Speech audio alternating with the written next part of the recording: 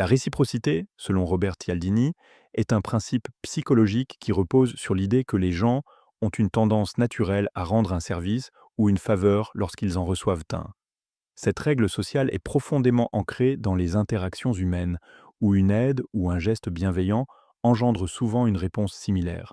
Ce principe est utilisé de manière stratégique dans le domaine du marketing et des relations interpersonnelles pour influencer le comportement. Le principe de réciprocité fonctionne en exploitant la norme sociale implicite qui dicte qu'il est impoli de ne pas répondre à une faveur.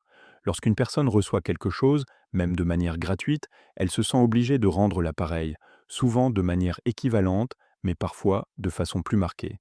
Cette dynamique crée un lien de dépendance où le don initial établit une sorte de dette émotionnelle ou sociale.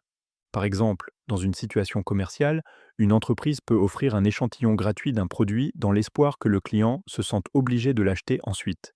De même, dans les relations personnelles, si quelqu'un nous invite à un dîner, nous serons probablement enclins à inviter cette personne à notre tour.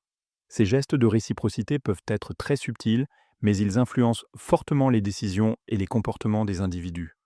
Les bénéfices de la réciprocité sont nombreux, notamment la facilitation des échanges sociaux et la création de liens solides entre les individus.